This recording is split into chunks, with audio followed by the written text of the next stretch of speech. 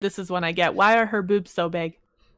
Because I want them to be like wide. I want them to be this way.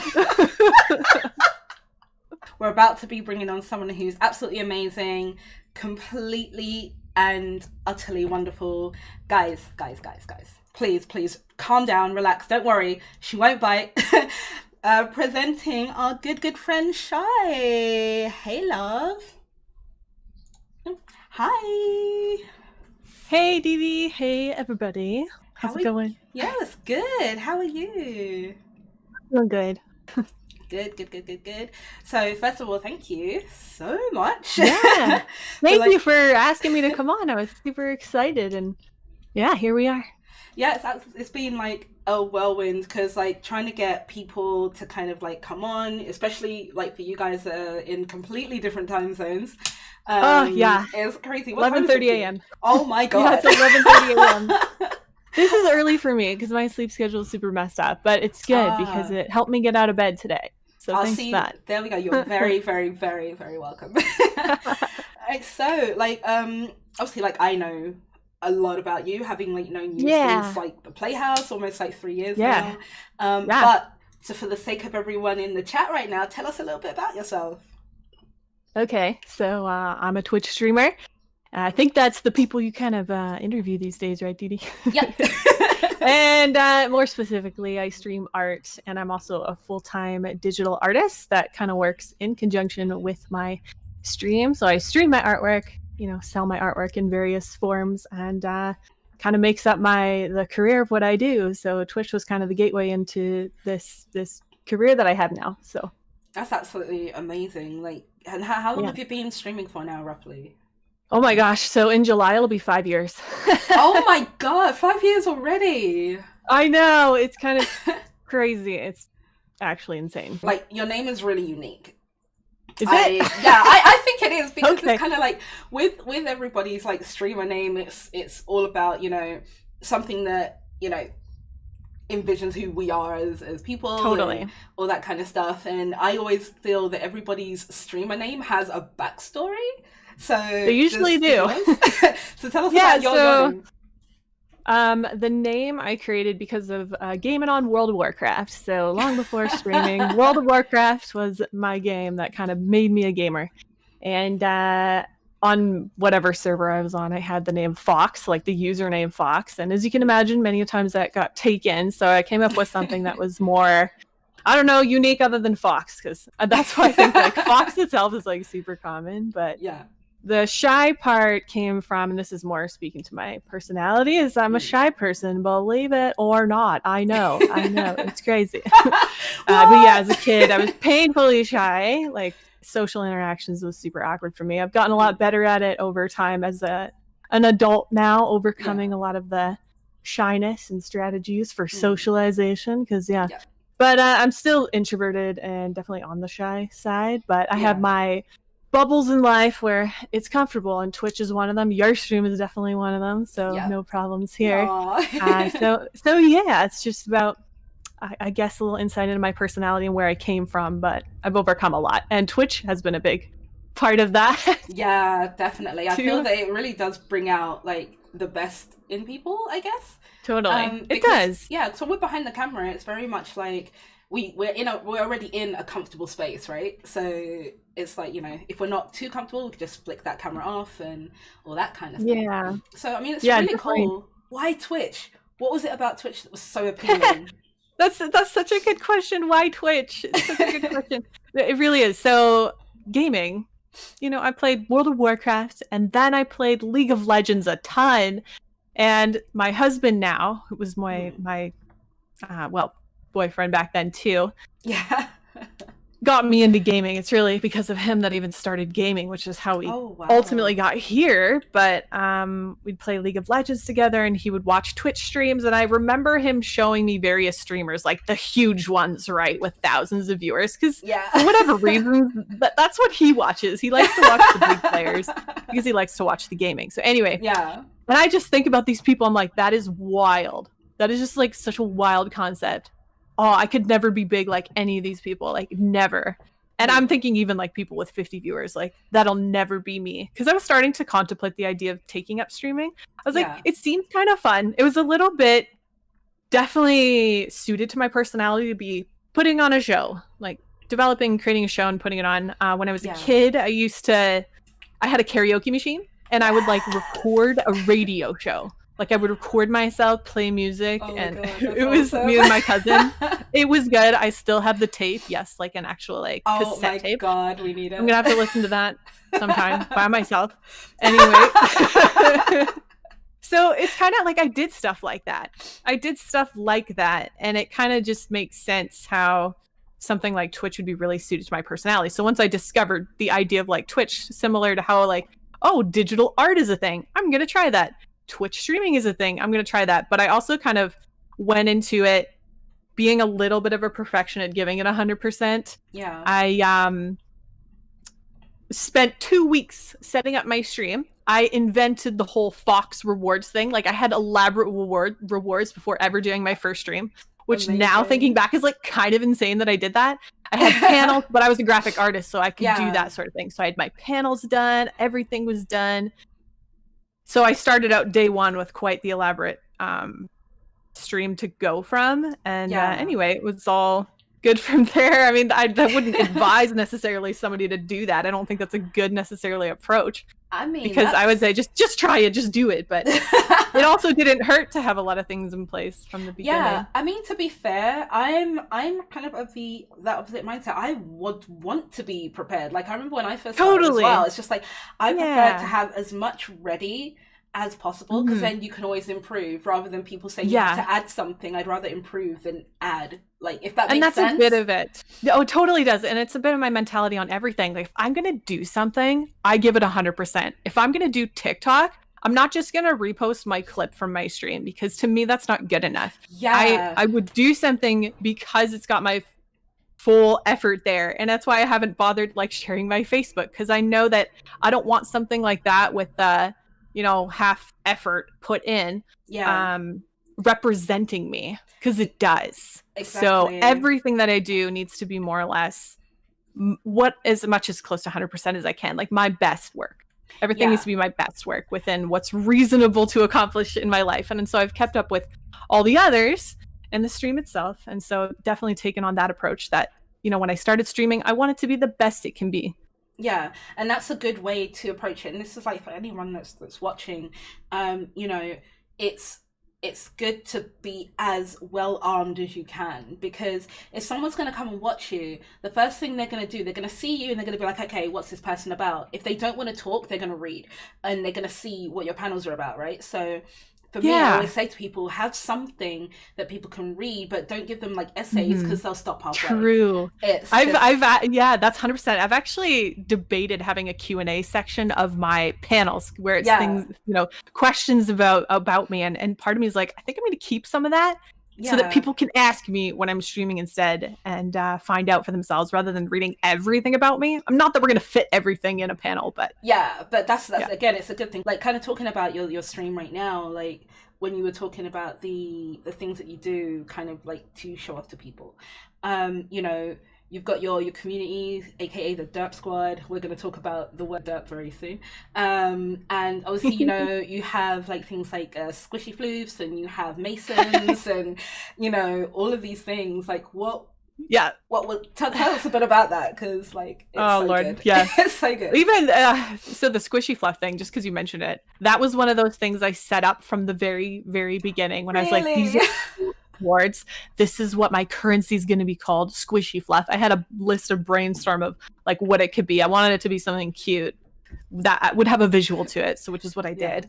And so that's been there ever since. So a lot of things have stuck since the beginning.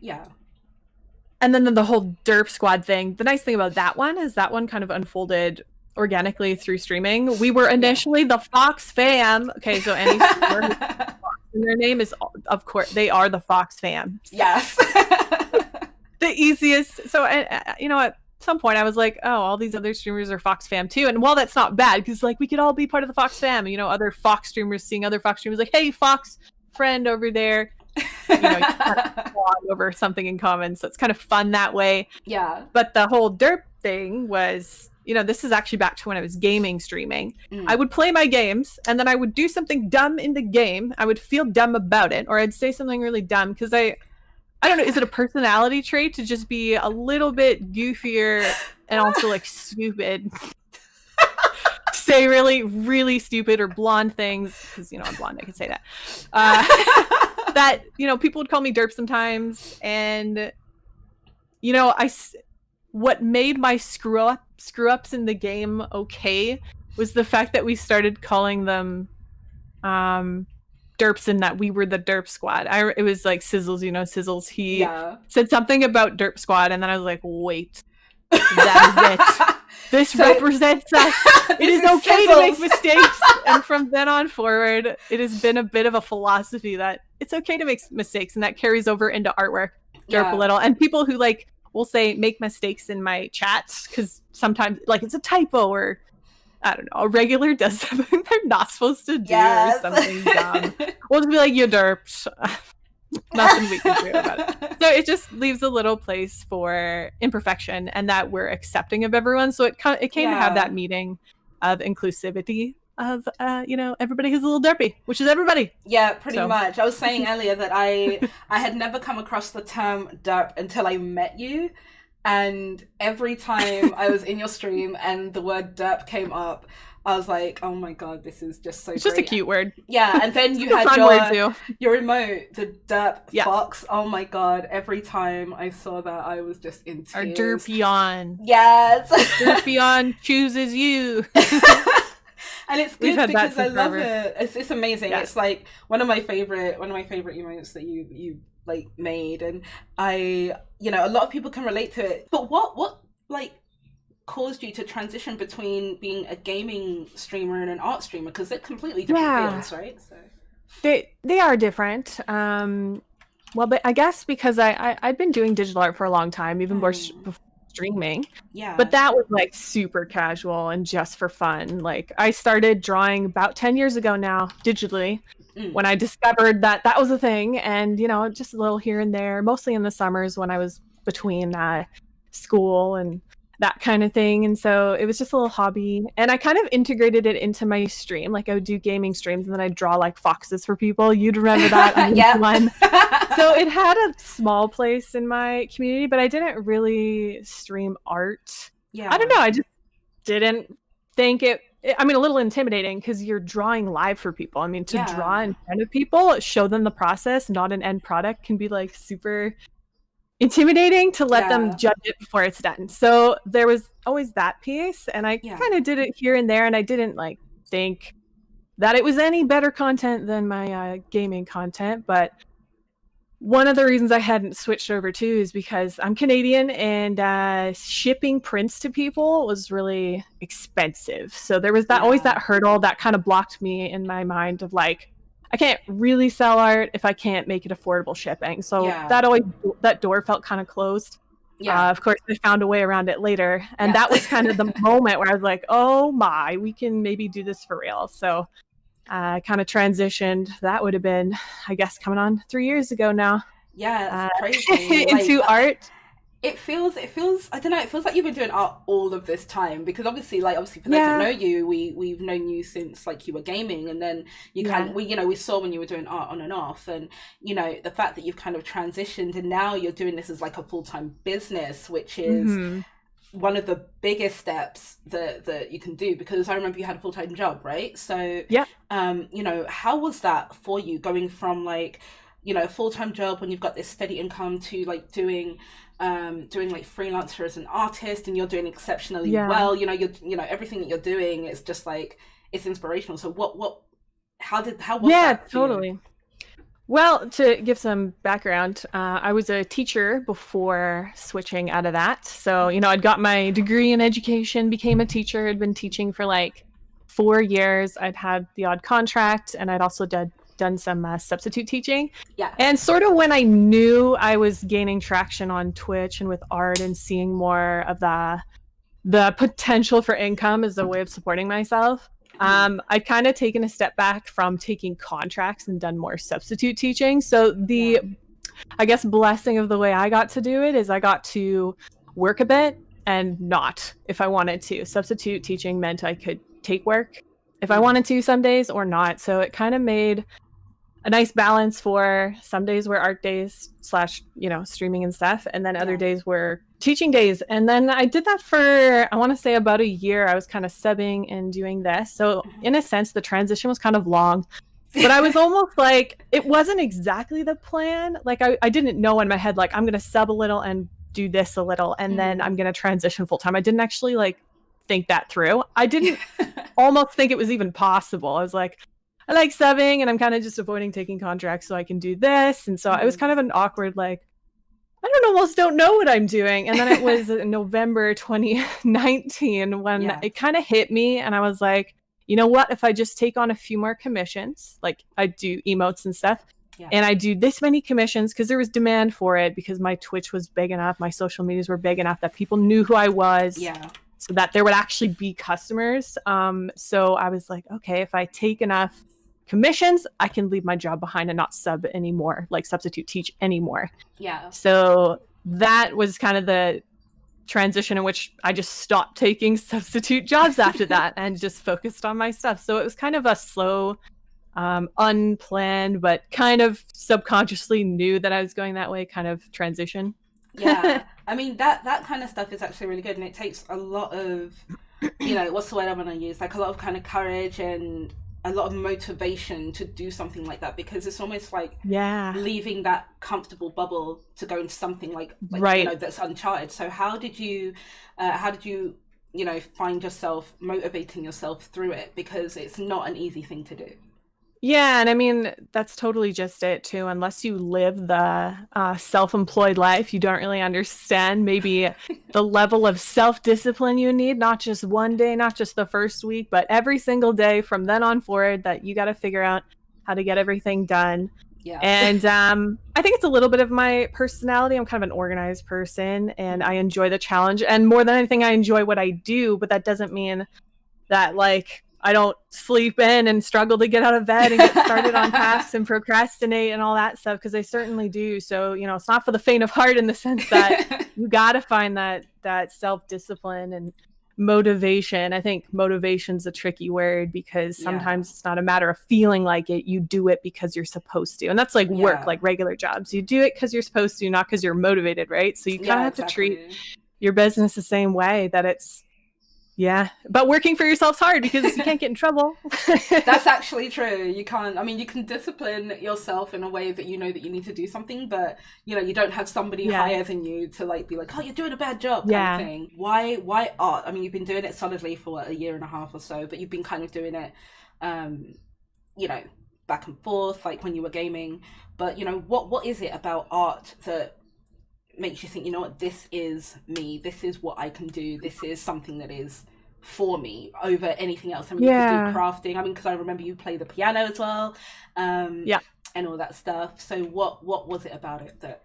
I can say I've definitely had a lot of like hobbies. I'm a creative person in the sense that there's lots of different things I've liked to do, like photography, piano you mentioned, I don't know, just lots of things. But why art?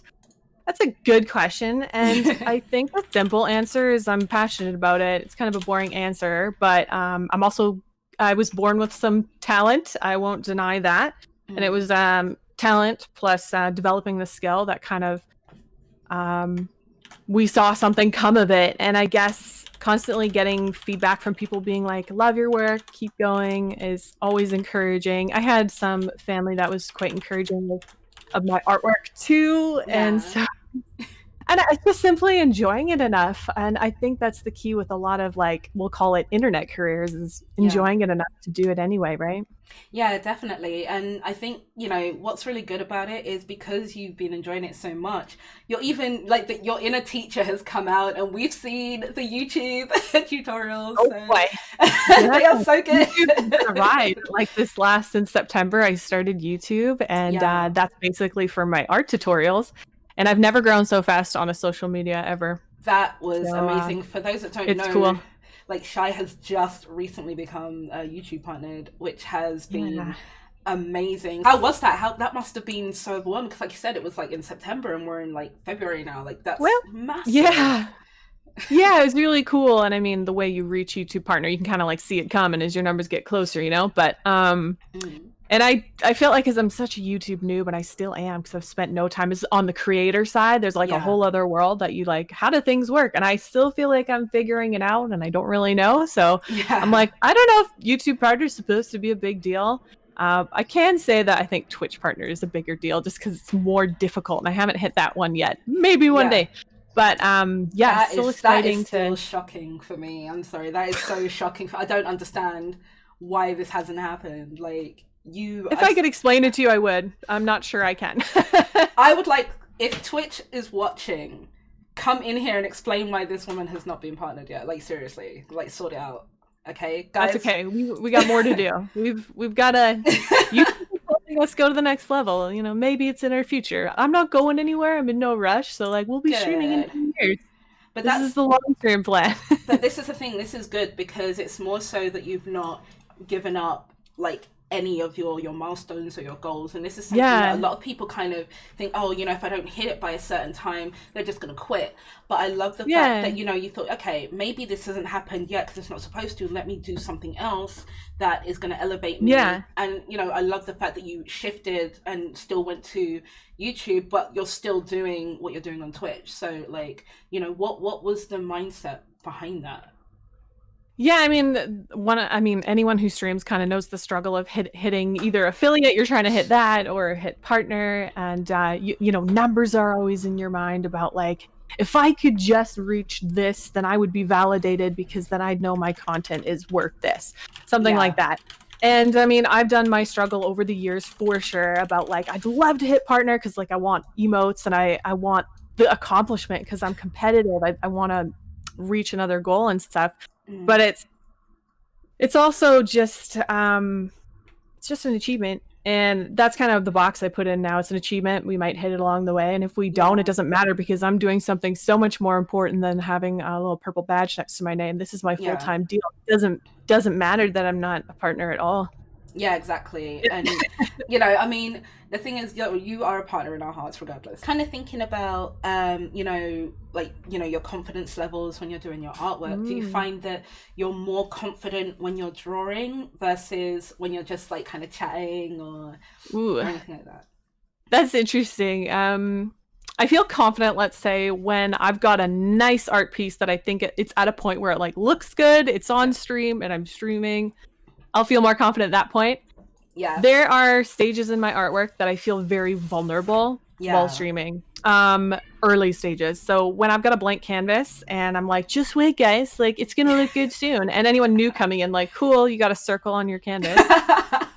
So sometimes I would often like to start on projects on stream that I've already sketched and planned and everything. Yeah. But it's a very vulnerable feeling to be very early stages with the artwork, and especially when, and this happens not too often, I get backseat gaming. Well, sometimes you get backseat arting, where people will be like, Seriously? the eyes look oh yeah, the eyes look too close together. Now, there's a difference between regulars in my community who know me that I feel like truly have my back, and they're Yeah. helping. So I'm good with my regulars like throwing out suggestions, and they always do it in a nice way. They're like, "Shy, are you open to a suggestion on the eyes or something?" I'll be like, "Yeah." So, but it's when randoms come in that are like, "Why does she look so wonky?" or something, whatever they say, right? Why does she look so weird? What? This is when I get, "Why are her boobs so big?" Uh, Because I want them to be like wide. I want them to be this way. And those are discouraging moments, because in a sense, a lot of the time, they're kind of right that something is off, but it's hard to hear it, and that's the vulnerable part of getting through artwork. But the fact is, it's not done. Theoretically, I would have gotten there anyway. Have you been in a situation where you've just been so blocked with drawing that you just don't know how to get out of it? And if you did, how did you escape like artist block?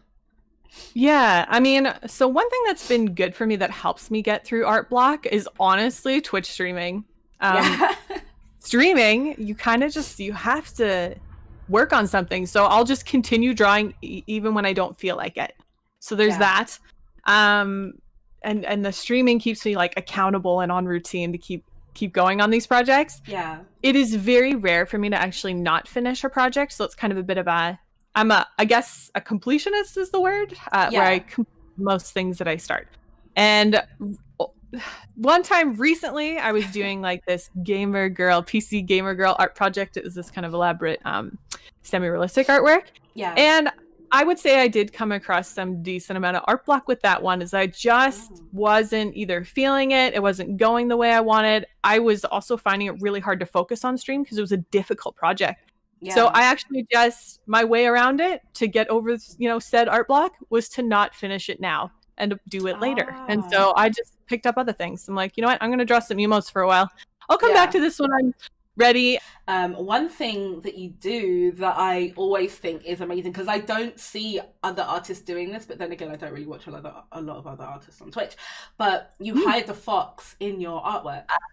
Yeah, it's kind of just like a Where's Waldo. Yeah, it's so much fun. I remember when you first mentioned it, and it was just like, oh my god, every time you're doing art, like I'm always like looking for it. So it's like, what inspired you to do that? Because that's really unique. That just happened all by itself. I was drawing Laura Croft, and one person while I was streaming said, "Is it a fox in the background?" Like it was like the fire, and I'm like, no, but it looks like one. Wait, and then it hit us kind of together. Like we could hide foxes in the artwork. Yeah.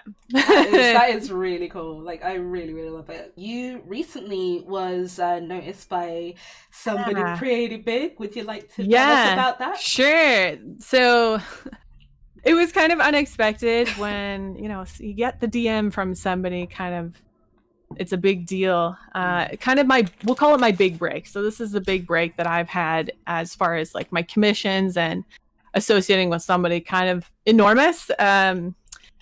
H2O Delirious. You guys might know him. He's a YouTuber with 13.2 million. That's half the population of Canada, by the way. Just about. Subscribers on there. And he is asked me, and we had lengthy conversations where I was unsure. I'm like, I'm about to have a newborn. Like, I don't know if I can take on this project, but he was pretty interested in having me, take on this project with him. And what that is he wants a bunch of merch done for his like store of his like cute little characters, which is great that they're cute, because I'm like, yeah, that's up my alley. So we worked it out on that, and so I am in the middle, and I'll be doing that literally after this interview. I'll be working on some more drawings for him. Yeah, so it's kind of my big break to be associated with somebody that huge that sought me out. Haven't asked him yet how he found me, but I would like to at some point ask him, because that is the curious part. And I mean, in some form, it's my social medias. He found me on one of them. So, and that's really great things. Yeah, great. That's amazing. It totally is about being a creator. Is just, if you grow your social medias, people can ultimately find you and opportunities come. So that's, the great thing about making sure you're working on those. I know editing takes ages. Like, how long does it take you? Oh gosh. I've gotten faster. That's one thing I can say. When you start out editing, it takes a long time. It would take me like 6 to 8 hours to edit because my videos are long, because that's just how I do it. Like 20 minutes sometimes, but 6 to 8 hours of editing. And now I can do a video in about, depends on what it is. Sometimes it only 3 hours, 3 to 5 hours. That's good. But I've actually since hired an editor, a video editor, and they just finished editing their first video for me yesterday, and it turned out really good. So we've kind of gone in that direction. And I mean, part of the reason the decision to hire an editor is we're kind of putting our earnings from YouTube, now that we're partnered, right? Back into just the editing piece. Plus it's a time thing. I can't pass off my artwork to people to do for me, but I can pass off editing. And now that I wasn't fully intending on taking on such a kind of a large project with H2O that we were talking about, but since I had, and I'll be earning from that one, I'm like, okay, some of the earnings can just go towards editing a job that I would have been doing in place of that, the time that would have been spent editing instead of doing commissions for him. So that was all the more reason to do that. So, now we have an editor, and I'll still edit some myself, because sometimes it's hard to explain what I need done. But we'll get there. We'll get there. Yeah, and I'm really excited to see what you've got coming. Like, I'm Yeah. so excited, especially with everything that's coming now. You know, you've got the baby due, you've got this massive commission. You're still doing amazing art commissions and self art projects and things like that. Kind of, Yeah. it's you know, every time we kind of talk about it, it makes me think, God, you've got so much on. Like, you Oh mentioned that gosh, you're an yeah. organized person. Like, how in your future site, you're just like manage to kind of juggle that. It's like Yeah. that's mad organization. Like, how did you Yeah. deal with it? I mean, I'm still trying to work it out for myself. Like, so That's the key right there, is how do we balance it all? And to some degree it's pulling back in certain areas and allowing more elsewhere. mm, So like pulling back on the editing, but the best part is handing that off to somebody else so the yeah, job doesn't have to stop. So, you know, this whole thing is a business. And if you yeah, want to grow a business, the best thing you can do is get people helping you yeah, to do more of the jobs and split up the work. So that's, I guess, part of it. Unfortunately, there's so much I have going on that I don't know that I can pass off, or yeah, sometimes want to pass off because I want things done a certain way. So, you yeah, know, that's a bit of a transition. But in terms of like staying on top of everything, because I named you all the things, right? yeah, I'm doing my commissions later today. I got some art prints I need to send out. So that's happening today. So I have a day planner, like agenda, yeah. where and then there's all my real life stuff. There's a lot of prep going into baby coming, but my agenda keeps me organized. These are the things I have to get done by this day, theoretically, and we just get through it and we prioritize being the key. And Yeah, sometimes you let certain things go and you don't get everything done. yeah, But yeah, I've still got plans to take things to the next level, as I'm yeah, always scheming about how to you know, improve yeah. take things to the next level, and sometimes drop things too, because sometimes, you know, something's not working and we'll um, stop doing that thing. Yeah, exactly. Because then you're only going to be putting pressure on yourself, and it's not going to Right. work out for you, right? So, I mean, kind Yeah, of thinking about things like kind of not working out. There must have been, you know, a few kind of hardships. You know, to name a for few, sure. like going from, you know, the beginning of your Twitch or your content creation career up to now. Like, what are the major hardships that stick out in your mind? Uh, the first thing that sticks out is the mental game. Mm, The part where you're hard on yourself. The part where you're like, when people tell you you should be partner by now, why aren't you partner? I don't get it.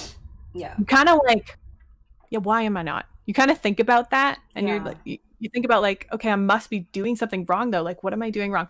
So it's a lot of the mental struggle, being hard on yourself, um, and then sometimes things not going as you plan, and you know you stream, and then you have a really low view count, or just viewership drops for a few weeks, and you're like, you know. But that's such is the nature of Twitch. But yeah, so I'd say the 100%. mental game possibly the thing that comes to mind that is the hardship. But I've had, you know, a lot of success when you look at the whole picture. So Yeah, it's not that I've truly like failed at doing something. I mean, yeah. there's things that could definitely have gone better or whatever, but But it you helps you know, it helps you grow. It allows you to learn, right? So, oh, I've learned you know, it's so much stumbling through all of this. exactly. But then, you know, when you think about it, like on the flip side, what have been the positives? Like, the Oh, positives must far outweigh the negatives, right? Like, what oh was there? gosh, so like big picture again, so few negatives really.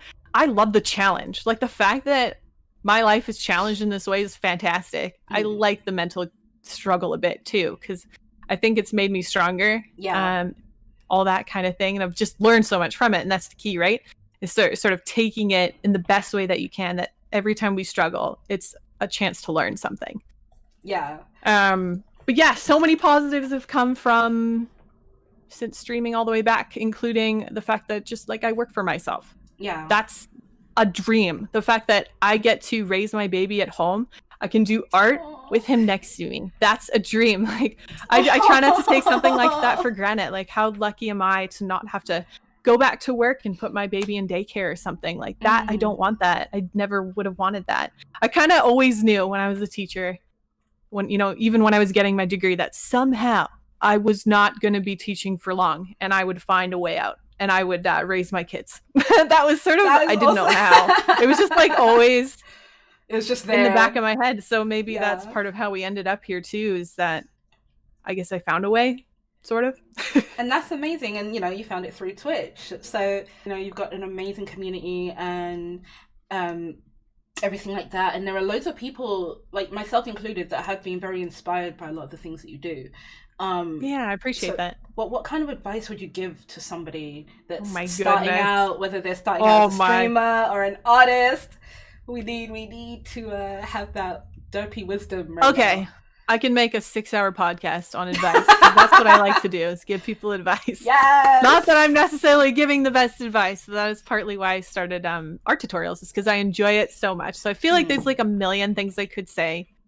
But in terms of streaming, because so many of us want to be streamers, are streamers, and are facing the grind, at the core of it, more than anything, do it because you love it. I think people get really caught up in like the potential to love it because of what it could bring, but you kind of need to love it now. You kind of need to enjoy it now, because that is what gets you through every day. Like, one thing I've done that has been part of my success is consistency, and people who've like tried to learn how do we grow streaming, consistency is one of them. But I've absolutely done that. I've lived that, and you know, through my pregnancy I've lived that too. Consistency shows your viewer base that you're serious. There's that piece. And you know, how much it means to you. But being consistent has had everything to do with, I show up every day because I want to be here, not because I'm forcing myself. That's not to say I don't have hard days where it's like I really don't feel like streaming, because I absolutely do. But the thing is by the time like I push through the mental, like I just don't feel like it, I'm feeling kind of blah, I feel like mentally I'm introverted, like because I am, and like all that stuff, when I get past the mental struggle of starting a stream that day, which happens more often than you think, probably once every week, once every 2 weeks at least. And sometimes it's good to cut yourself a break, cancel a stream. I did on Monday. I have did it. But by the time I'm actually streaming and my community's in front of me and we're doing our thing, I feel happy. I feel better. It actually, the not wanting to be there kind of goes away. So in the end is like, I know this is right for me because I enjoy it so much. And it's hard when you're like a new streamer and you've got your like 2 viewers and nobody's talking, and then you're like, well, what community is here trying to make my day better? So that's where the real trick is getting past some of those initial stages. And we won't obviously go into a lecture on streaming, success right now. We'll leave that to you, DB. You're kind of the person who does all that all the time. So I'll let you do that, because there's so much that goes into it. It cannot be simplified into this is what you do, this is what you don't do. Exactly. And it's different for everyone. Agreed. The way I found success is not the way you're going to find success. And I think that's something that everyone needs to really learn. Like, it's not about what other people are achieving, it's about what you are doing. And I think, like you said, you know, it's very difficult for people to kind of get out of that mindset, because they're going to look for people for reference. If there was anything that you could do differently, if you could go back in time and change anything, like, would you? And if you do, what would it be? I mean, the first thing that comes to mind is I wish I started with art from the beginning instead of gaming from the beginning. But how was I to know that? Like, I would never beat myself up for that. It just would have meant I went faster. I would just be a lot further along. And back then too, they were also like, Twitch was pushing a bit of helping a lot of the art communities back then. They like partnered a whole bunch of art streamers back then. Not that matters. I'm not hitting the numbers now, so whatever. But just starting sooner. And so when I talk to people and give them advice, they're like, I'm thinking about starting like a YouTube channel to go with my Twitch. That's the other piece too. I wish I started YouTube sooner. I didn't realize the amount of potential that has in combination with Twitch. So is it terrible to say I wish I started sooner? Otherwise, I kind of feel like a lot of the stuff I would have done much of the same, because I've learned a lot, and things have just, as while I'm not doing it perfectly, we've had the success that we've had. So I'm happy with where I'm at. And I fear in an alternate life I wouldn't have figured this out, you know, like. I totally get that. Like, it's very much the same. Everyone wishes, like, that they could have started sooner because they see how much they enjoy it, right? And they're like, oh man, if I knew this was here, I would have just done this and it would have been amazing. But then again, we never know, right? We can't go back in time. But it's kind of good to have those thoughts as well, you know? Yeah. And I'm totally not a person to dwell on like, should have done this, should have done that. I'm always a future thinker. I'm always thinking, what should I do next? What should I do next? That's more what goes on in my head. I'm an anxious person too, but it's always because of what's coming up. I don't really dwell on the past too much. Yeah, and there's no point, I guess, because like it's you know, it's in the past for a reason, right? So 100%, yeah. Have you got anything that you want to plug? Is there anything that's coming up for you that you want to let us know about? I don't like plugging my stuff in your stream, Didi. This is your stream. Do it. I don't know. I am requesting. I've got a YouTube channel that I'm working on. The next goal is 4,000. So guys, working on make sure you are following Shy. Make sure you're checking out every single platform that she's on. Check out her Etsy. Like, it is absolutely amazing. Her artwork is there. Oh, yeah, Shy does have a Patreon. I mean, I like Shy's Patreon. I think it's really cool because you get really cool stuff. She sends you really cool stuff, guys. But you know, don't take my word for it. Check it out. You know, but you're welcome. All right, so we are going to wrap it up. Do you have any final words for people that are watching? Thank you for coming. I don't know what else to say. You put me on the spot. I don't know. I'm just a shy fox. This is why you are so amazing. Oh my god. But yes, so again, big thank you for taking the time out. We will definitely be seeing you on Friday. Guys, please make sure that you are following all of Shy's socials. Definitely check her out. She's absolutely amazing to watch. As you guys can see, she's absolutely fun to hang out with. So, Shy, thank you again. Big love to you. Thanks, Dee. You're an amazing host. I appreciate you. I appreciate having you here. You've been absolutely fantastic to interview. I think for now, I'm going to say love you to pieces. Good luck with everything. We'll be checking you out on Friday. Guys, can we get some more love in here for Shy? Thank you. All right, Shy, thank you so much. And I will check you out very, very soon. All right. All right. Thanks, everybody. Thanks, Dee. See you later. No worries. Appreciate it. See you later, hun. Bye. Bye.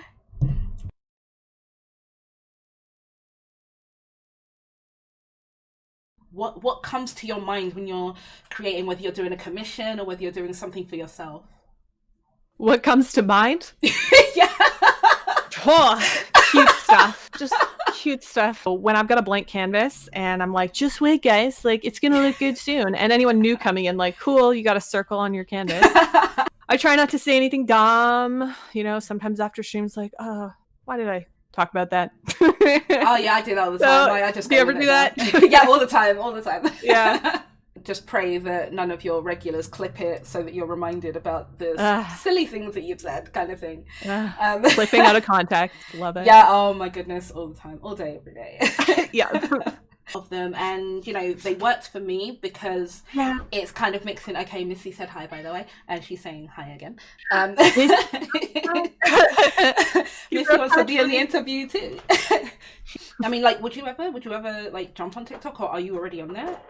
People have asked me that. I don't have one yet. I like installed it, and then people were going on about like Chinese government spying on you, and I was like, so I like deleted it. But I don't know, and not for that reason that I wouldn't necessarily get it now because everybody kind of has it. You know, yeah, and I still need to have it. I need to have Instagram. Yeah. Things can change. The algorithm is always changing. So if at any point it's like Instagram is now useful, I'll be like, awesome. I have that. She'll be streaming in Shyfoxx time, guys, not Indeedee time. Shyfoxx time, yeah, I guess. You know, it all revolves around me over here. Thank you for coming.